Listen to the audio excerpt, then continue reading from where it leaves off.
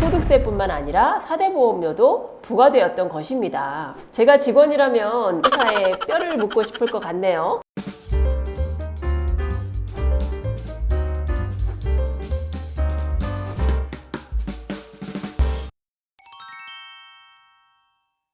안녕하세요. 김미아 세무사의 텍스라이프입니다. 전문가도 어려워하는 세무 컨설팅을 한눈에 쉽게 정리한 슬기로운 텍스라이프 시간이 돌아왔습니다.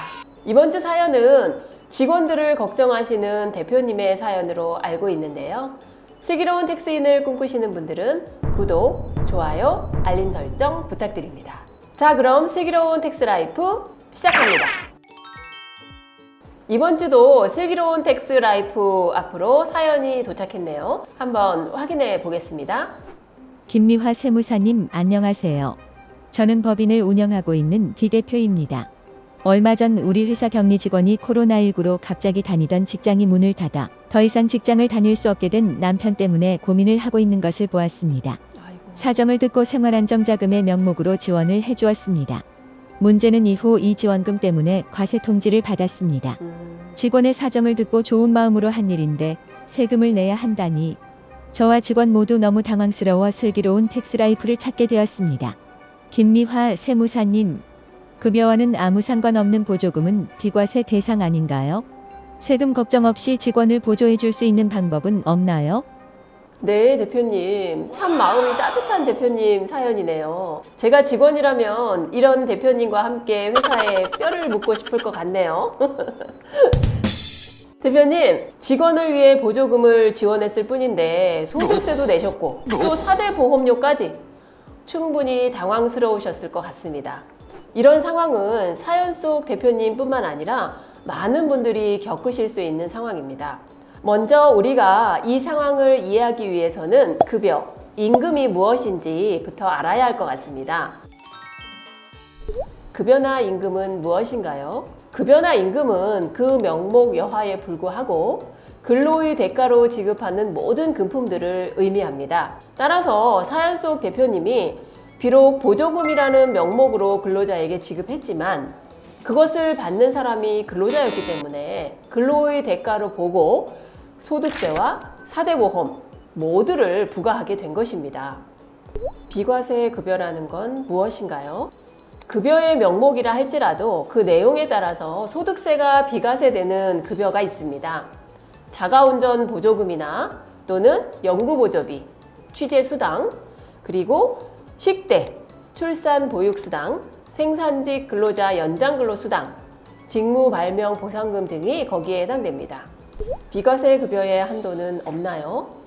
비과세 대상 급여라 할지라도 금액 범위가 정해져 있습니다. 예를 들면 식대와 출산보육수당은 월 10만 원 이내로 정해져 있고요. 자가운전 보조금과 취재수당은 월 20만 원 이내로 정해져 있습니다. 따라서 위와 같은 명목이 아닌 코로나19로 인한 보조금의 지원은 급여나 임금에 포함되어 소득세뿐만 아니라 4대 보험료도 부과되었던 것입니다.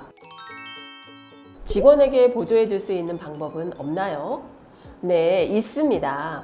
이렇게 사연 속 대표님처럼 직원의 복지를 위해 생활안정자금을 지원하거나 또는 자녀의 교육비를 지원하는 경우 직원들의 복지를 위해 이익의 일부를 다시 환원하시는 이런 경우는 지난 시간에 알려드린 사내근로복지기금이라는 제도를 활용하시면 됩니다. 사내근로복지기금은 어떻게 만드나요? 사내근로복지기금은 사연 속 대표님 회사에서 이익의 일부를 출연해서 만들 수 있습니다. 직원들은 복지기금을 통해서 소득세 부담 없이 생활안정자금을 지원받고 법인은 복지기금의 출연을 통해서 직원들의 복리후생을 할 수 있는 것입니다.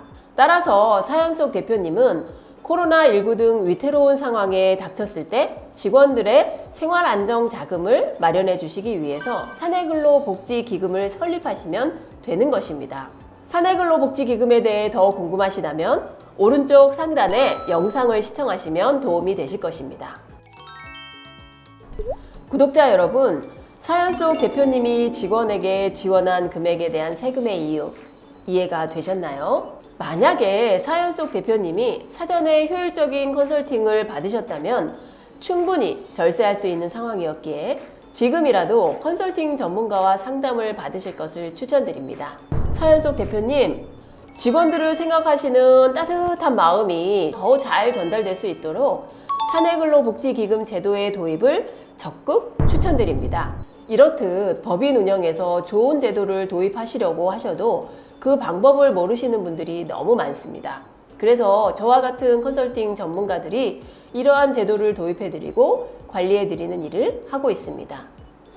오늘의 주제인 직원을 위한 복리후생 사내근로복지기금 활용에 대한 정보가 도움이 되셨다면 구독, 좋아요, 알림 설정 부탁드립니다. 콘텐츠 관련 질문은 댓글, 전문적 컨설팅 상담은 화면 상단의 카카오 채널로 가능합니다. 저는 다음 시간에 더 유용한 정보를 가지고 찾아뵙겠습니다. 감사합니다.